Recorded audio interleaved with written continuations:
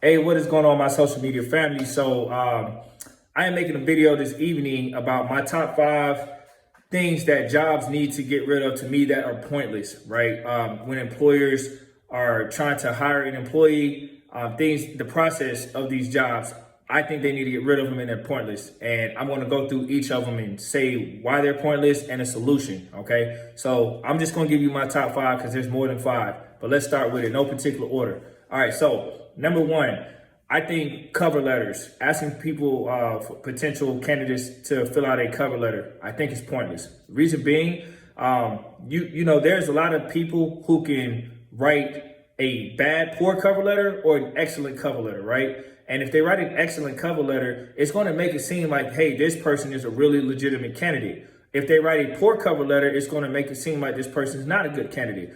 The reality is a cover letter really does not tell you any more about this candidate. And I'm going to prove it to you.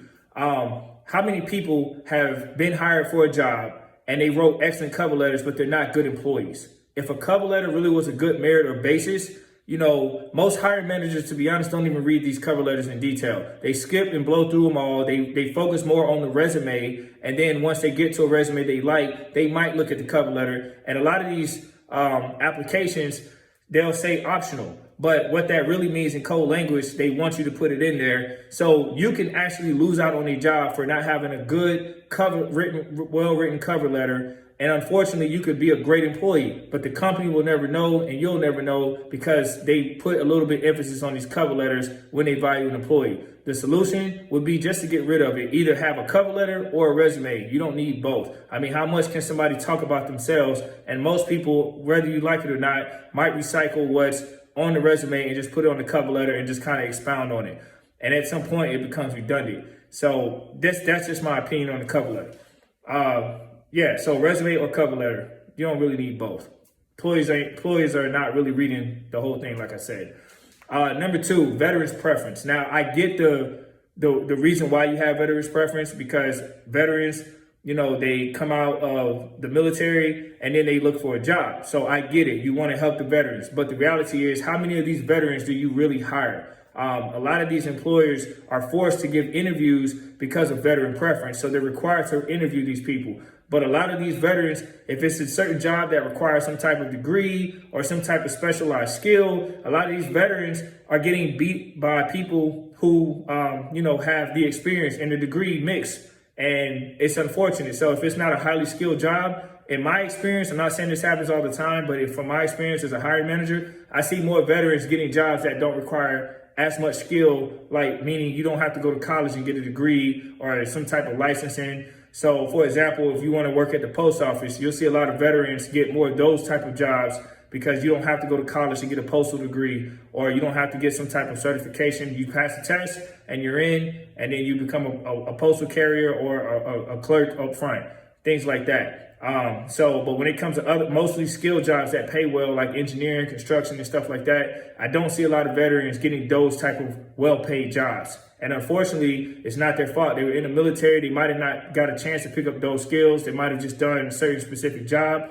And then all of a sudden they come out to the world and then they're looking for jobs. How many veterans do you see looking for jobs and saying they can't get no work?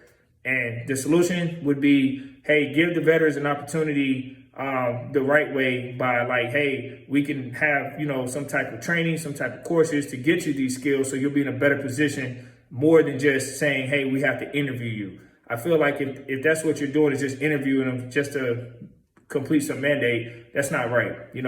Give them a legitimate opportunity to learn the skills by training them effectively and hiring them. And if they're a good candidate, hey, cool. Number 3, phone interviews. I think phone interviews are pointless. The reason why I say that is because how much can you really tell about somebody on a phone interview? When people are on the phone, sometimes people, they might have like a missed call or the phone line drops, or you ask certain kind of questions that is kind of like routine and redundant. Whereas when you're in person, an in-person interview, you can see the emotion. You can actually see the person. So a phone interview is not a lot that I can tell them. For one, as a hiring manager, I had a situation one time where, long story short, they were twins and they were doing a phone interview. I didn't know who I was talking to, but then when they came in person, I'm like, this don't sound like your voice. it was just crazy. So some people might not be the person you're talking to, and you think you're getting this person, and then they do enough to help that person get to the real interview.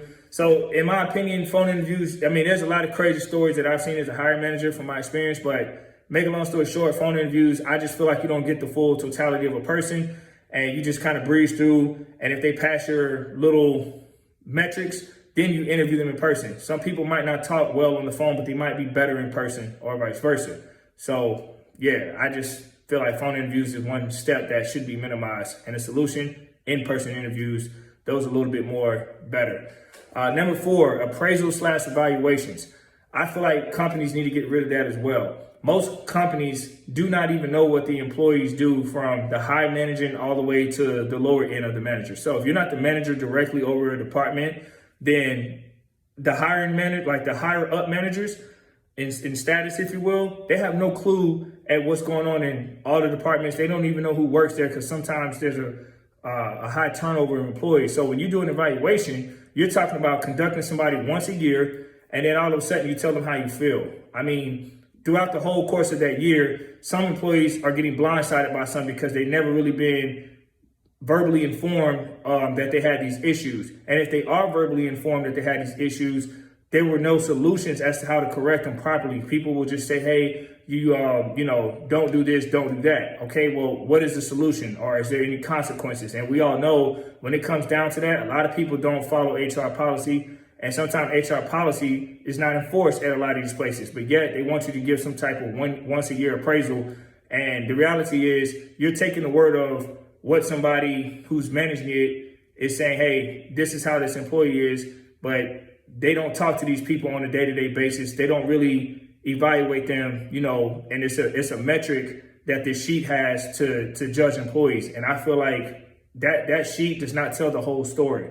And we all know when an employee gets that appraisal evaluation form and it asks that question, do you have anything that you want to add? That's like a death sentence for a lot of employees, because they feel like it'll be used against them. Even though they claim it's in confidentiality, the reality is, no, it's not, because somebody's reviewing it. And if they see you say something that has validity and truth, they're going to use that against you. So I feel like, hey, man, it's not productive. You know what I mean? A solution would be for higher managers, like upper management, to come down off their high horse every blue moon and interact with the team, interact with the people, find out what's going on with the operations, so they have more knowledge about it. Because the more hands-in you are, then, the more of an evaluation you truly can have of your departments and your employees. But if that stuff goes up to the highest up of the managers on the top of the chain, and they're never around, they don't even know the employees that are there, then what good is the appraisals? All they're going to do is just check off on it. They don't even know if it's legit or not. What if you have a supervisor who's managing that department and they're biased, and that supervisor is not really being held accountable? That happens all the time. So evaluations to me are fickle.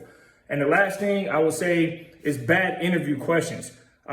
There are hiring managers that ask some ridiculous questions like, why are you asking employees this for a job? They're already nervous, but you're going to ask them things like, hey, can you tell me about a scenario at your previous job that, you didn't handle well, and what would you do differently? That's not a good question to ask somebody. You're basically setting them up for failure. It's like no matter how you answer that, you're automatically going to be judged on that. So instead of asking those type of questions, ask them questions that pertain to the actual job and the situation you had at your current job, like that they're applying for, not something at their previous job. Because what they did previously is a different set of rules, it's a different organization, and they might have been trained to handle something differently than what your expectations are, despite it being similar or a different job. So the reality is bad interview questions are a recipe for disaster, because all they do is just make people tell you what you want to hear. Then they get the job, and all of a sudden you find out this person is not the person that we thought we hired. And I can't tell you how many times hiring managers regret the people that they hire. I would say it's a high percentage of people. It's not like they get these employees and they hit gold every single time. I would say at least, and I'm just being nice, at least 50% of the time, which is high to me, they miss out on good employees. And that's a lot of people that you just missed out on. So we can remove these 5 things, and the solution to that would be just stop asking bad interview questions. Ask good interview questions. So we can stop doing those 5 things. I think finding good employees will be a lot better. And if, in a short summary before I conclude, if everybody involved in the hiring process, takes time out of their busy schedule even if it's once every 3 months, and come and check on the employees themselves and see how things are going. People just want to feel valued. If you do that and bring value and let people know that you're valued, I bet their productivity of work will increase. But as long as it's operating like it is, like, hey, we hire you, we underpay you and overwork you, and you make me rich, that's basically what companies are saying, then you're going to have these problems. And if you guys don't, if companies don't value their employees, then hey, you know, you get what you get. As long as the job gets done, right? That's all some of you guys care about. So those are my tips. I hope this helps. If you're out there searching for a job, don't be discouraged. Unfortunately, this is how it is, but these are just my opinions based on my experience. And I think these 5 things need to change. All right, over and out.